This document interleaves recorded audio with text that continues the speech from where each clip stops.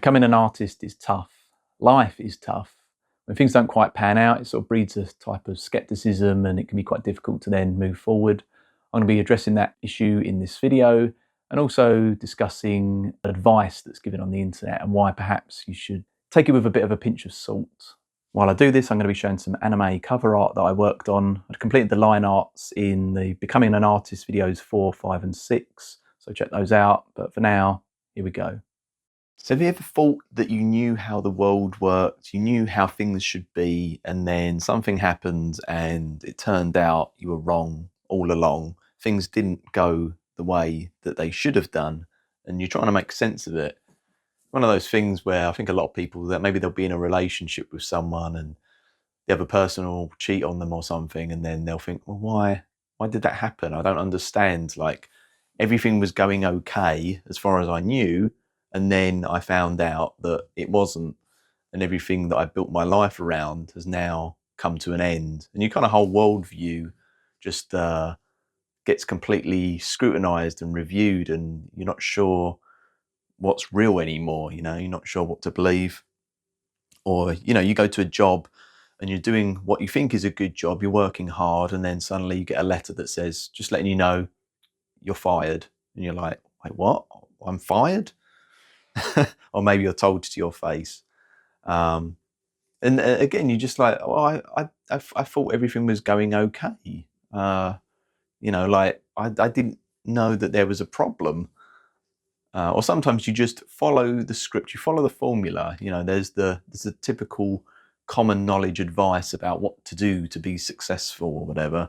So if, get your head down, work hard, don't be like all those other lazy losers that aren't, pulling their weight. You have to be one of these few that's willing to stick at it or stick through it when times are tough.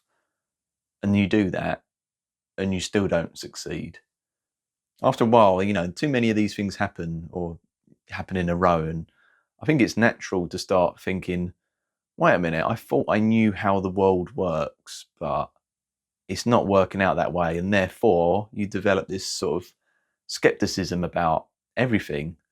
And that can be useful sometimes. I think it's a good thing to not be naive in life and to not just, take what you're told as fact and to scrutinize everything that comes your way before you make a decision on everything. I think people that aren't skeptical can get into a lot of trouble where they can be quite naive, they can be taken advantage of. So skepticism on its own isn't a bad thing. And it's debatable whether this sort of, I don't know if you'd call it unhealthy skepticism, but this skepticism that develops from perhaps being let down by life is a good thing. It probably isn't. It would probably be good if you just did the thing and it worked out. You just did the job and it worked out and you got a promotion. You went into the relationship, it worked out, you got married and lived happily ever after. But sometimes that doesn't happen. And I think that probably doesn't happen most of the time. I mean, when I think about other people that are in relationships, it's typically not the fact that they're in their first relationship. Or, when I think about people in their job, it's not necessarily the first job they ever had. And I mean, I don't necessarily go around to everyone I meet asking, like, have you ever been fired from a job or lost a job for reasons that you thought were unfair or that you weren't expecting or whatever? But I think, there's definitely a high percentage of that kind of stuff. So unfortunately, that I think, all that stuff at some point has happened to me and it's kind of developed me into a certain type of person. But I'm sure I'm not the only person like that. I'm sure I'm not the only person who's like, wait a minute, is this right? Should I maybe question this? I'm not sure if what I'm being told is true, or, so I think if you're like that, you can become a little bit, what's the word? Just tentative and a bit cautious, and maybe that is a reason why you're not super productive or super motivated, or you're not killing it. You're not going out there every day doing the thing because you think, or at one point maybe you thought, Well, I was doing that and it didn't work out. You know, I was giving it my all, whether it was a relationship, or whether it was a career or a job or some other endeavor, and it didn't work out. You know, maybe you were trying really hard to be healthy, and then you get you see a doctor and he tells you you've got some illness, and then he starts, the doctor might start to ask, well, can you tell me how much you drink every day, how much you smoke every day, what's your diet like? In fact, funnily enough, doctors rarely ask about diet, which is kind of weird, but anyway, they should. So they'll assume that you brought it upon yourself. They might think, oh, okay, well, normally, and maybe it is the case such that most people will have this ailment because, I don't know, they eat bad or they live a bad lifestyle, they don't get enough exercise, whatever it is. But maybe you were just born susceptible to getting ill. Maybe you just had unlucky, weak genetics or something. You were born with some autoimmune disease or whatever it was, and it's like, okay, well, now for the rest of your life, no matter what you do, you're not going to be able to just do what everyone else is doing without it impacting you. In fact, even if you do the right things, you're gonna suffer. And I think just that injustice is something that, well, it kind of resonates with me when you're trying to do the right thing and it doesn't work out. And then if you do have that sort of keen sense of justice and fairness, and you're trying to live by the book and things aren't working, I think that sticks with you. You're affected more by those times when things aren't fair. Other people might just be like, oh, well, life's not fair, get over it. Shit happens, whatever. I guess it depends on, your worldview and how particular you are about how things should be. I don't know how people with like full-blown autism cope when things that they kind of feel, routines or expectations that they have about the world get changed. Because obviously there's a stereotype of like, you move the chair in a different position, and then the next day the autistic person, if they're high on the spectrum or they have this particular type of autism, they come in the room and they freak out and have a complete meltdown because the chair was changed. It's kind of like, I think a lot of people were probably a bit like that, but it's not about the chair being changed. Like I say, it's about the fact that they realised the love of their life or whatever cheated on them, or their employer decided that actually they're incompetent and useless and they aren't worthy of employment, or whatever it is. So yeah, it's a difficult world to navigate. I was listening to this video this morning just to sort of get up. I sort of had a bit of a headache in bed, and I was like, I don't really want to get up right now. I want to let this sort of headache subside before I sort of, fully emerge into the world and have to deal with things. So I thought I'd just lay there listening to a talk on YouTube. And it was just a talk by some old geezer, probably 20 years older than me. But I'm sure a lot of young people would think, well, I'm just some old geezer. But yeah, he was just talking about, and this isn't really a critique of his video or him. Everything he said is fine. I believe it is more productive in a way than what I'm talking about. So yeah, all power to him.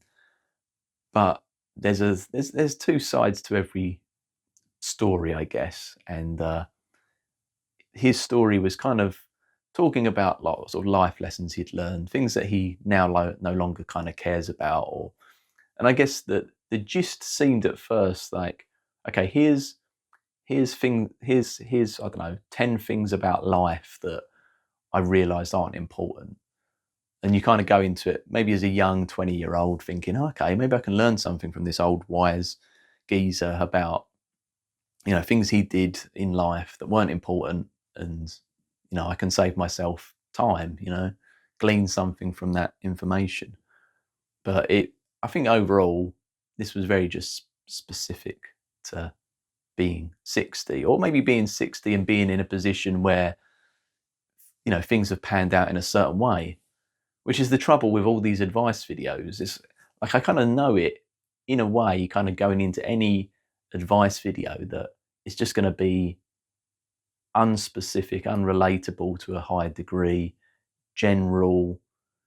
It's almost fluff, like the amount of videos that people consume, that people love, you know, that have these super high view rates, where it's just some person saying common sense knowledge, which actually, if you scrutinize the common sense knowledge, is kind of a bit pointless, irrelevant, or stupid.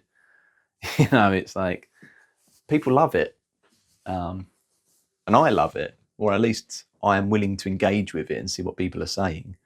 You know, and people are just trying to do the best they can. Like I say, I wouldn't want to criticize anyone putting any content out, because at the end of the day, you know, YouTube's there for people to put stuff out into the world, and it does take effort to put things into the world. You know, people have had an intention to go out there and share something, and you are making yourself a little bit vulnerable by sharing your thoughts and things, and you're making an effort to do so. So I'm kind of just using this video as a bit of a springboard, just to sort of voice some opinions, I think.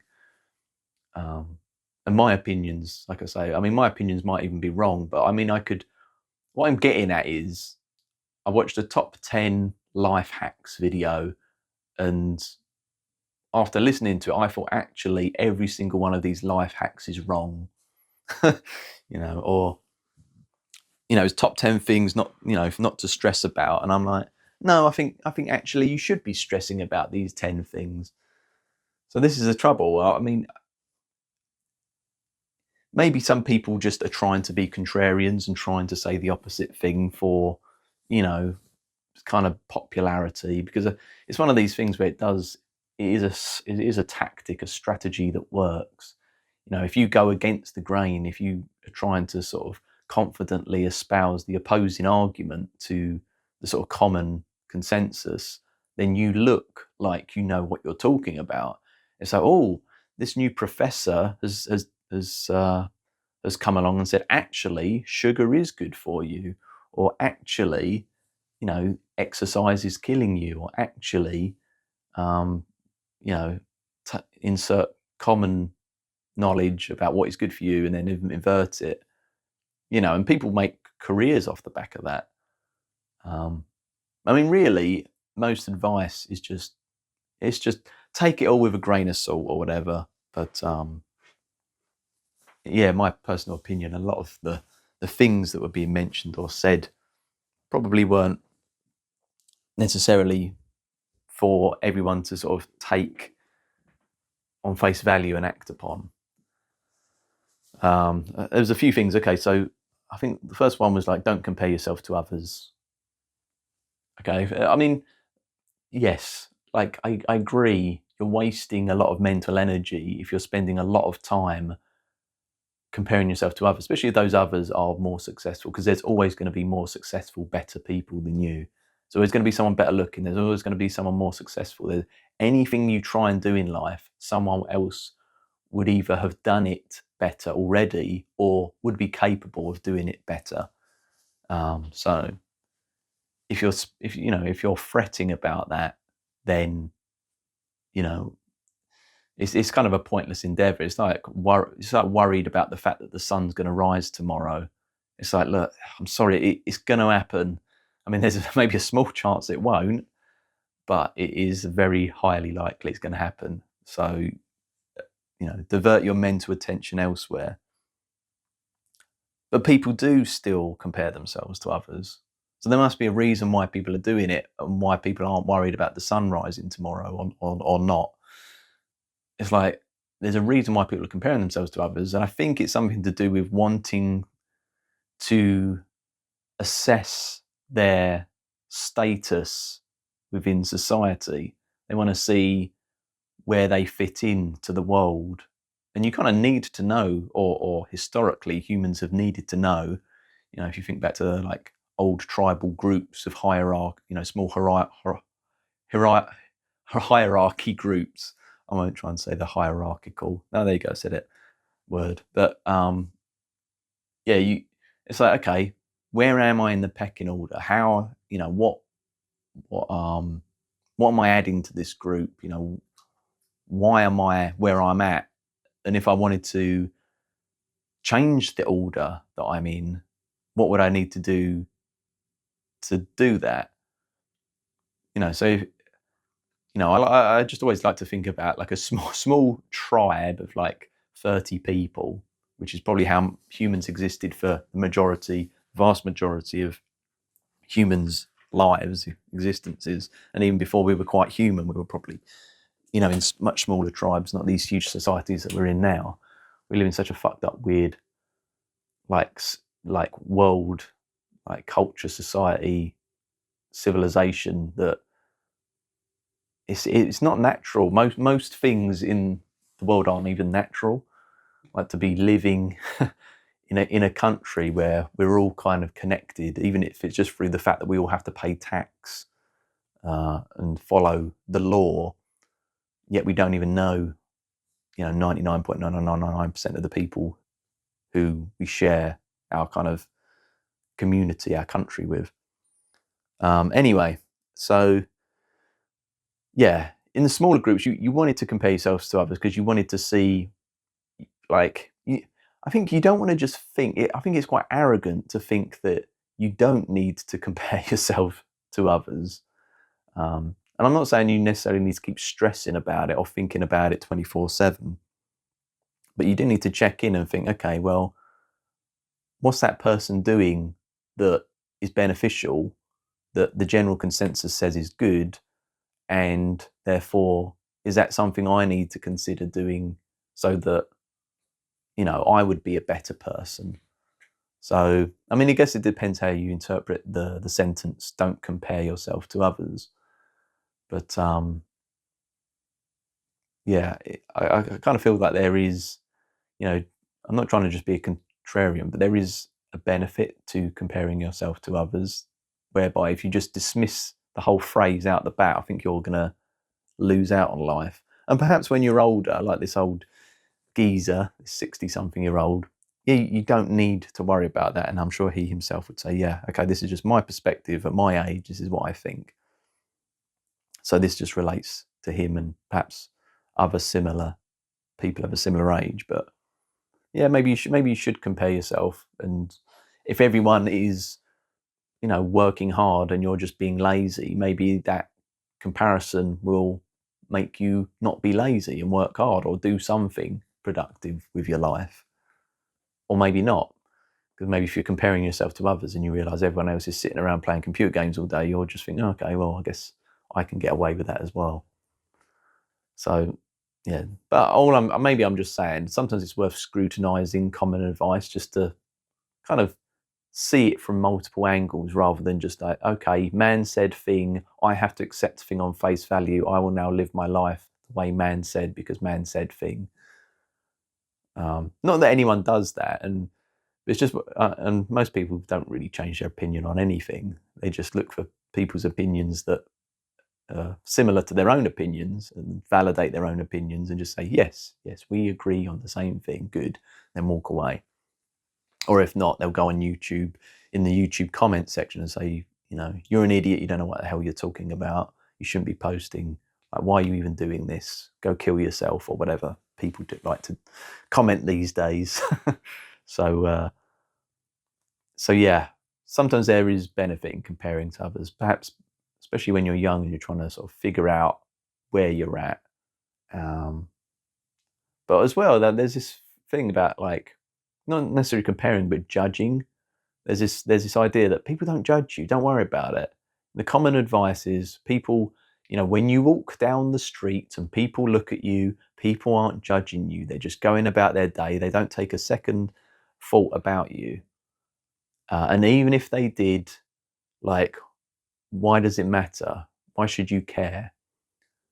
When you say it like that, you're like, yeah, you're right.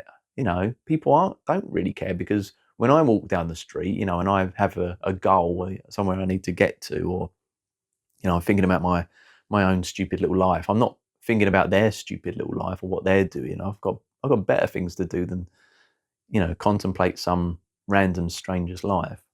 But what I will say is, every time someone looks at you, they are judging you. Another thing people say is like, don't worry, I won't judge. I don't judge people. I'm not a judgy kind of person. It's like, yes, you are. Everyone is constantly judging everything. And by judging, I mean assessing it, weighing it up, seeing if it's of value or not, or if it's a threat or not, or whatever it is. And I'm not necessarily saying it's a conscious action or thought in someone's mind, but whenever you see anything, you could be walking in the middle of nowhere up a mountain, you're constantly judging the rocks that you're walking on, and you're thinking, okay, is my weight going to be supported by this, or is it going to crumble and fall beneath me? At this angle, am I going to be able to just climb, walk up this mountain, or am I going to not start needing to scramble and climb? People do constantly judge.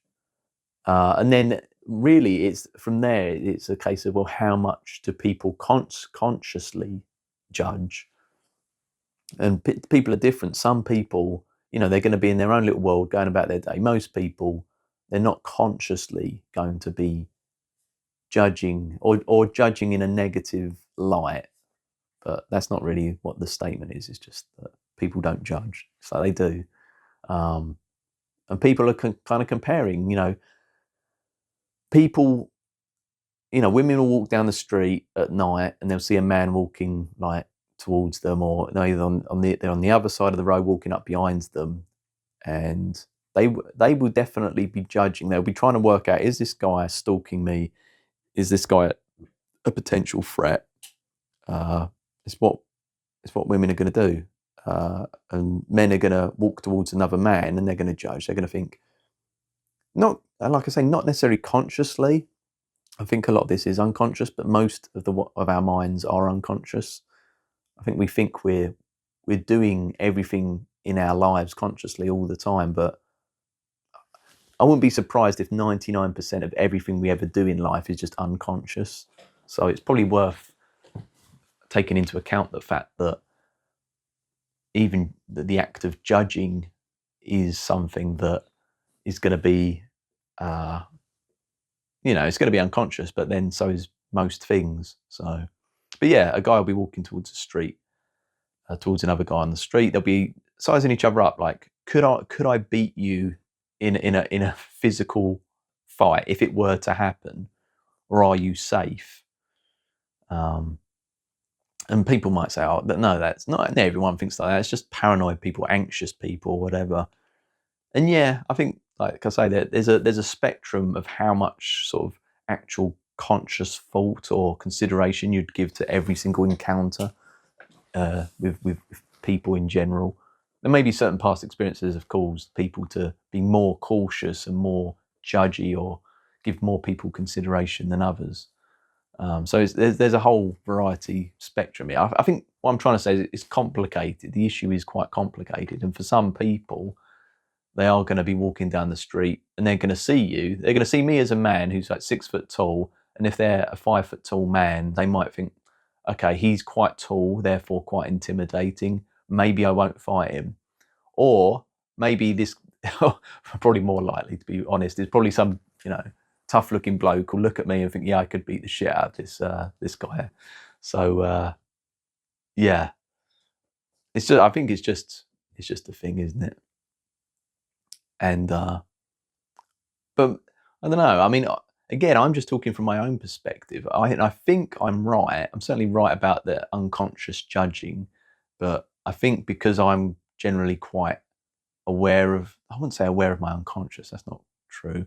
I'm generally a more thinky, cerebral, reflective type of person. So I think perhaps my brain does work a little bit in overdrive about these on these kind of more unconscious topics than other people would perhaps think. I don't know.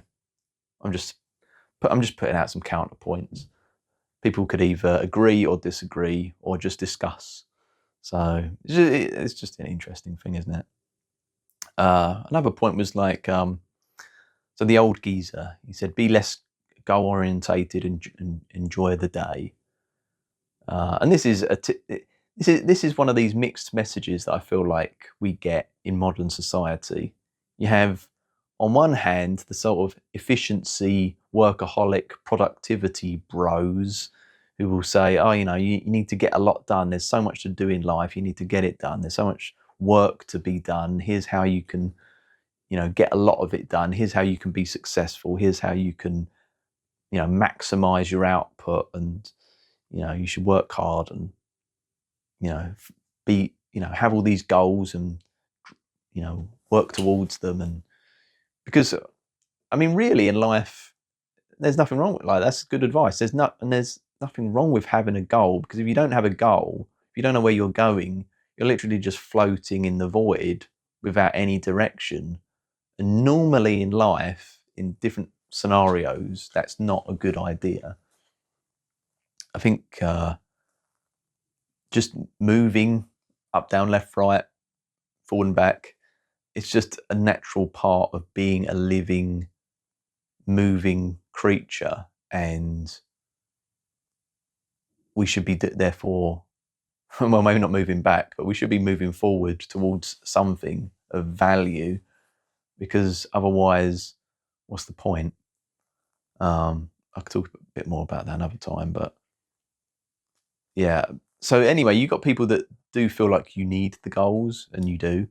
And then you got another fault, which is, no, you just need to enjoy the day. Stop think. And I think the idea there is stop thinking about the future and the thing that you'll have in the future, and instead, think about the now, the present. Being able to just go for a walk and enjoy that walk without thinking about, the report that's due at work tomorrow or whatever it is. Again, I think basically humans are a bit stupid. We don't want to think about the nuances of advice or the nuances in a point. We just want to be told top 10 tips on how to be happy. You just tell me the tips, and then I think I'll be able to learn from that. Because it's just too much. Like, you don't want to be bogged down with all the details, but at the same time, if you're not thinking about the details, you're not much more than like a mindless ant or something, just going about its pre-programmed, designated role, just trying to, do an action, go from A to B, collect a thing, bring it back to the nest. I think human beings, the point of being a human being surely is to be more than that, and to contemplate their life and what their decisions and what they're doing. I don't know. I thought that was what separated us from other species. But yeah, I think yeah, trying to enjoy the day. I think some people would probably resonate with this more than others. It depends as well. Depends on your character, or probably like if you're a man or woman or whatever. It's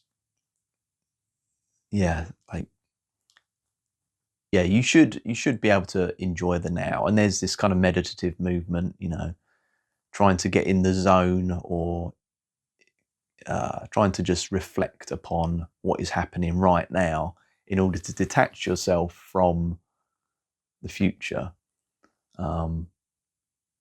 I don't know overall if it's good or bad. I suppose people can just be the judge of that for themselves. But it does seem like there's probably something to be said for being able to just stop constantly thinking about the future, to stop basically running simulations in your mind about potential what ifs, and instead just kind of chilling the hell out and focusing on what's right in front of you. And especially if it's something which, is supposed to be enjoyable. If you're, going to a party, and instead of enjoying the party, you're, like I say, thinking about the report that needs writing and handing in tomorrow so that your boss doesn't yell at you, that's probably not a good way to live. But maybe if that's what you're thinking, you should just be like, well, fuck, I need to write the report, and then I'll go to the party afterwards, because otherwise it's going to be on my mind. So maybe you should be listening to your mind, but then acting upon you know, you need to learn yourself. You need to learn that you're the sort of person that needs to get things done before you can then go out and enjoy yourself. And, you know, there's something to be learned there. Another thing that was mentioned was having the best stuff or having money. You know, it's a waste of time to try and have the best stuff. Again, I think it's because other people will always have better stuff than you. You know, you can, you know, if you're at school or whatever, you can try and have like a really good pen, but then you'll get some, you know, rich kid in class come in that has the better pen and it can do all these other things or whatever. I don't know. This scenario never happened to me. I'm just trying to make one up. But I guess as an adult, it's like you can have a car, but then someone else can have a better car. Maybe you even have a Ferrari and it cost you £500,000. Well, there's a guy out there who owns the first Ferrari ever built, and it's worth more than your Ferrari, and it's more sought after, and you will never have it because he has it, and there's only one of them.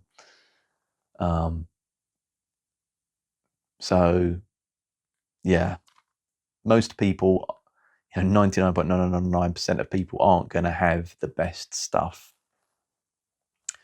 But doesn't mean you shouldn't aspire to have good things.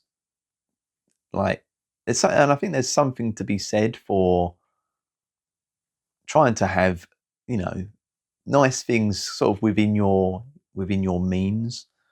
So, I mean, I think on this video that I watched, the old, I'm just calling him the old geezer. No disrespect, he seemed like a cool guy, but yeah, I've started calling him that now. But yeah, I think he was talking in terms of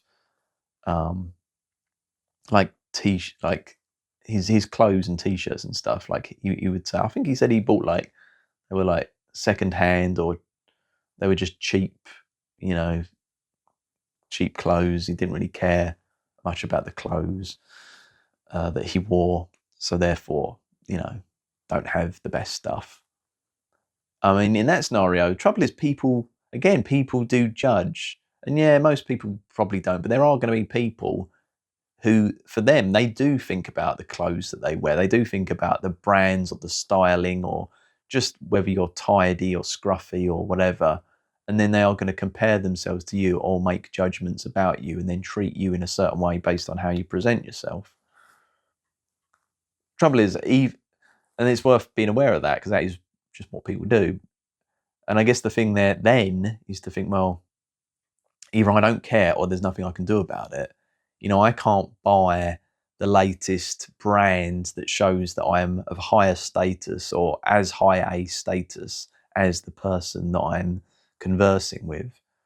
So therefore, you know, I'll have to just do the best I can, you know, or just not talk to people like that.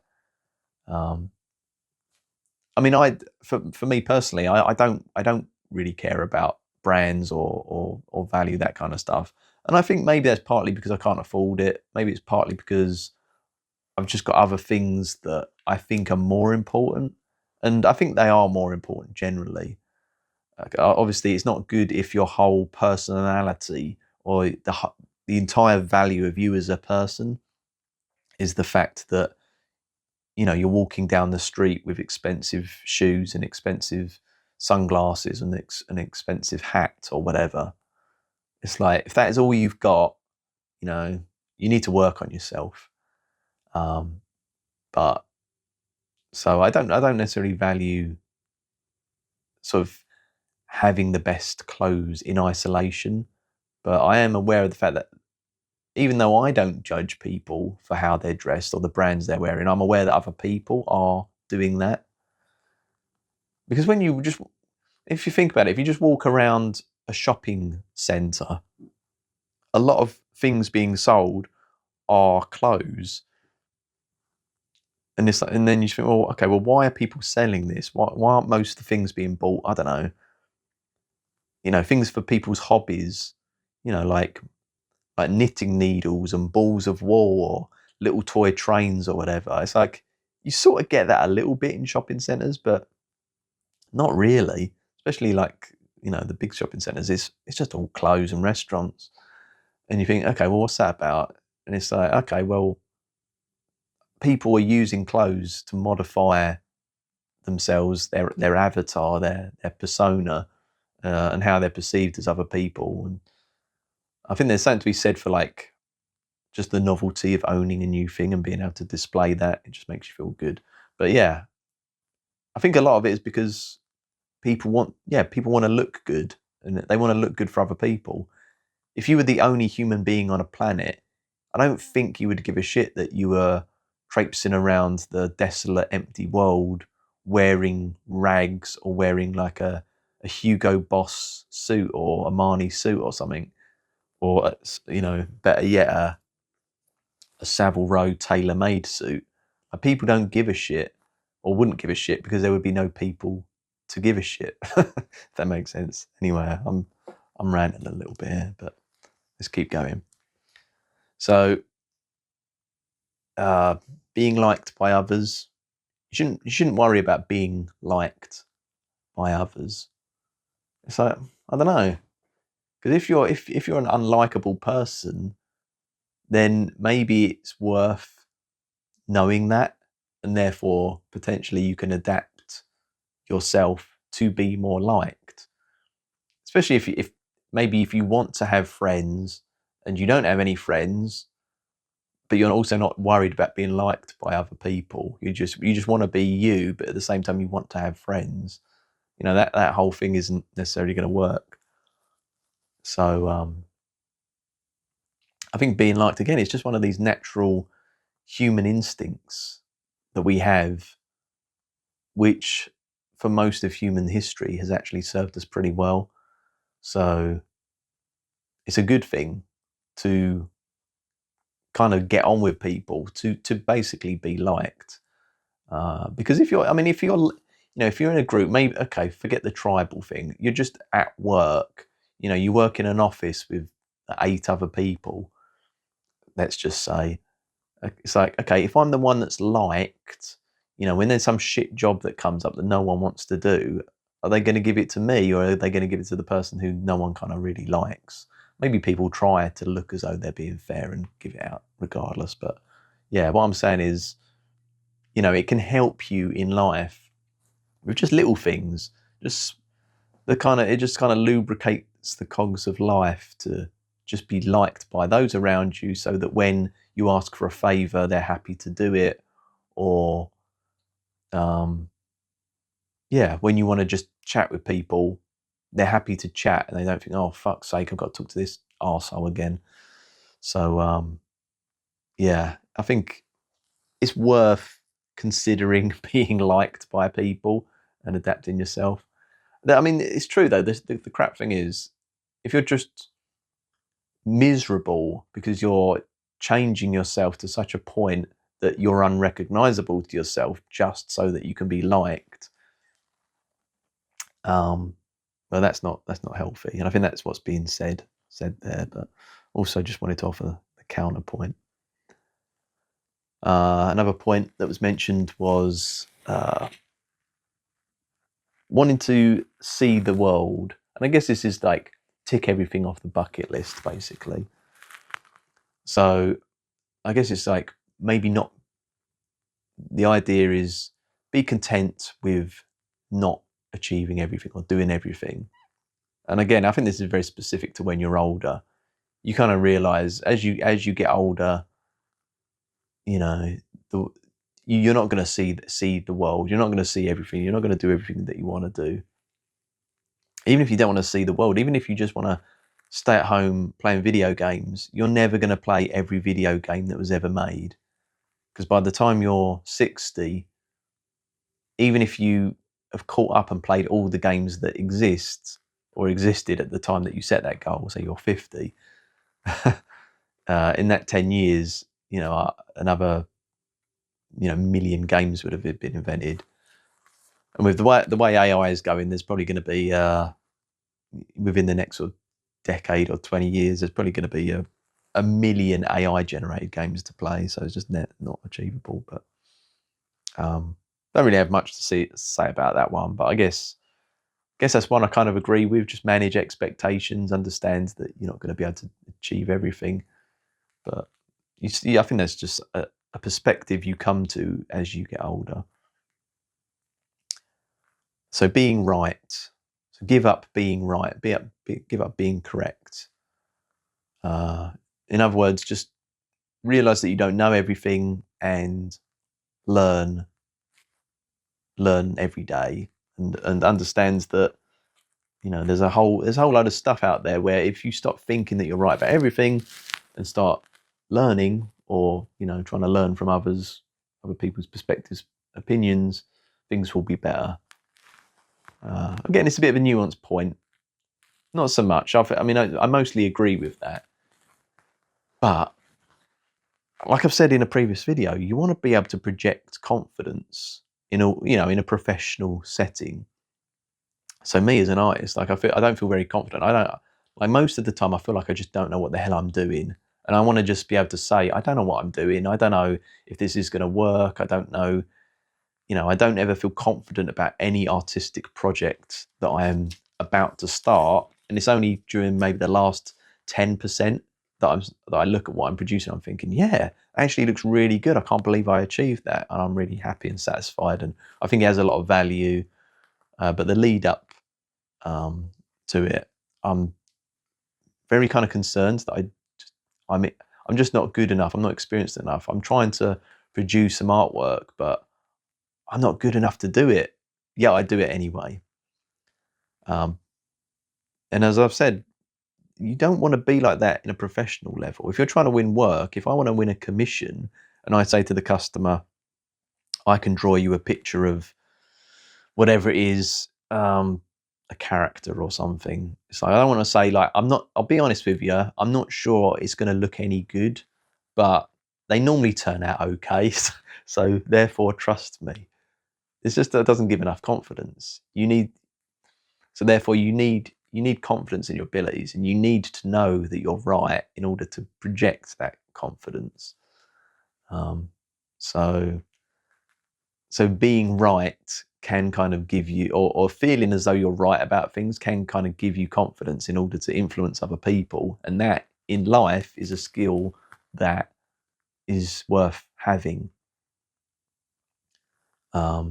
And also I think, I mean, maybe again, this is an age thing. When you're younger, it's probably a good exercise to believe something and then argue with someone about it, to learn how to argue a point. Learn how to debate, learn the weaknesses in your assessment of something. If people start to pick holes through it, because I don't know. I'm just throwing this out as a suggestion, but perhaps there's some value by just holding a set of beliefs and then butting those up against someone else's beliefs, and then between the two of you discussing it. But you can't discuss what is actually true, what's right. You can't do any of that unless you feel correct about the beliefs that you want to argue for. I suppose, with this sentence, and a lot of this is just all semantics and the way it's read, or the basicness of like bullet pointing, top 10 tips in life. But yeah, it's you just don't want to be one of those people who doesn't reflect upon their lives, I guess.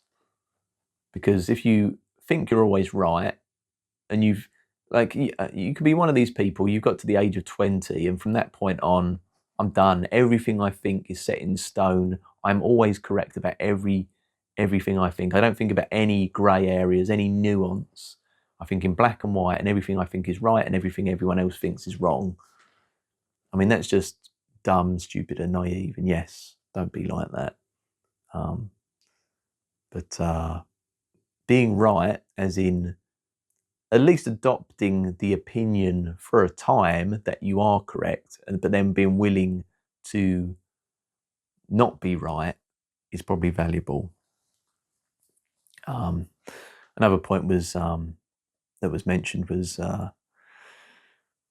don't be worried about being famous, because when you're young, you want to be famous. Yeah, again, it's a status thing. You just want to be high up in that status hierarchy. You want to be at the top. You want to be top dog. Because you have good things happen to you. You know, you have easy access to things in life, even if it's just admiration from other people. You know, sometimes I watch these documentaries about famous people, and everyone's sort of pandering to them and everything, and it's a little bit. Part of me is a little bit sickened by it, and I know what it's like, having worked on a movie set before, where the way that the A-list, like Hollywood celebs, are treated compared to just like the regular extras or the staff, it's like it's crazy, and it is quite sickening. And yeah, being famous means you're in this world where just everyone at least says that they like you, respect you, value you, will treat you almost like royalty. You know, will do things for you without, you know, will just want to do everything for you. And the thing is, some of that's genuine. I think it's just like a subconscious thing. It's like when everyone recognizes that this person, you know, that the Hollywood A-lister walks on set, everyone knows that person. Everyone feels that they are special, that they are almost holy, that they deserve admiration, attention, and everything. Just to be associated in some small way with that person would be beneficial. You know, it's like, yeah, that's a thing, and it's a kind of a well, not a double-edged sword, but there's a couple of points about it. Like I say, firstly, the one is to look at it as an onlooker. It is quite. I find it a little bit. Oh, what's the word? Just when someone is being treated, just when people are being pandered to, when it's you know, what would you like? We'll get you anything. We'll give you this. Oh, how about this? Would you like this? It's just constantly. It's kind of. It's almost like being. It's almost like they're babies being given all this treatment and attention, like adult babies, and it's just not a very kind of nice thing to sort of see. I don't know. I don't know if I'm describing that very well, but yeah, just seeing people that are just getting whatever they want. It's like giving in to a spoilt brat. There's something horrible about it. You know, even if these sort of celebrity types aren't necessarily asking for it, people just do it for them. People would just go out of their way to spoil them. And then I think what happens is with the celebrities, they get a kind of weird complex about that and start just expecting that of everyone that they come into contact with. And it's quite hard to remain real, humble and true and honest and genuine. So it's not good for them either. But wouldn't it be good though? Wouldn't it be good to just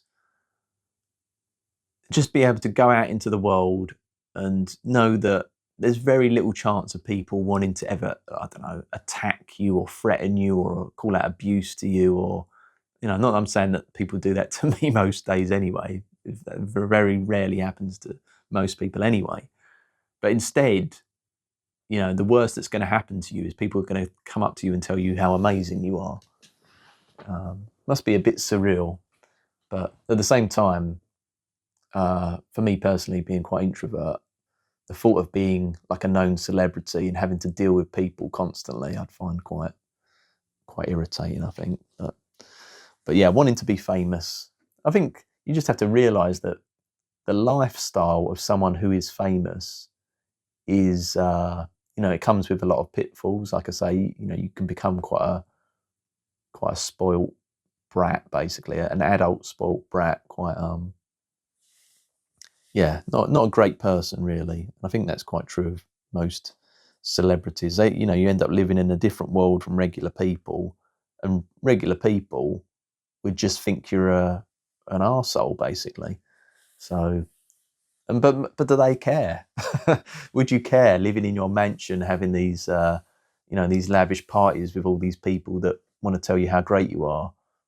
Maybe, I don't know, maybe you could just live in this weird, distorted fantasy where you genuinely believe all the hype around you, even though, you know, at any point that could potentially be taken away if you suddenly had just lost all your money or, you know, whatever.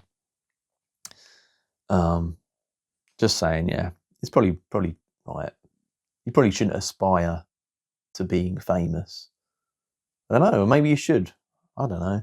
It's just for me personally, my personal opinion. You know, I wouldn't want the lifestyle of a famous person, but I can see how it has its perks. But yeah, obviously, I think like most people, I'd rather just have the famous person's money and opportunity than be the famous person constantly getting recognised or constantly getting harassed and hounded by the press about whatever. So yeah, wisdom. What other wisdom was imparted? You're looking for success and money. I've sort of gone over that. Basically, there will always be people with more money, more success than you. Yeah, so I don't know. That was basically it. So I just wanted to remark upon that, and so that's that. Just giving another perspective and just saying that sometimes you can, you can get people say a thing, and I guess whenever people say a thing, and most people do this anyway, you just have to take everything that's said with a grain of salt, see if it relates to you, see if it has any value. And maybe this is just my own personal complaint or an observation that most things that get said are so shallow and so unnuanced, if that's a word, that it's almost not worth being said. But for some reason, and I think it's because most people don't have the bandwidth to think about nuances. Not that I'm saying I'm anything special, but maybe it's just the time, you know. People just want little bite-sized, like me this morning. I just didn't want to quite get up. I wanted a video that lasted about 15 minutes that I could just listen to in the background, something to think about to start off my day, other than, I don't know, staring at the ceiling or whatever. And yeah, there's a guy talking about things not to worry about in life. And then this one is just about a guy talking about actually you should worry about all those things, or at least consider them. Because I just think expanding the topic is useful or interesting. So that's what I'm doing here.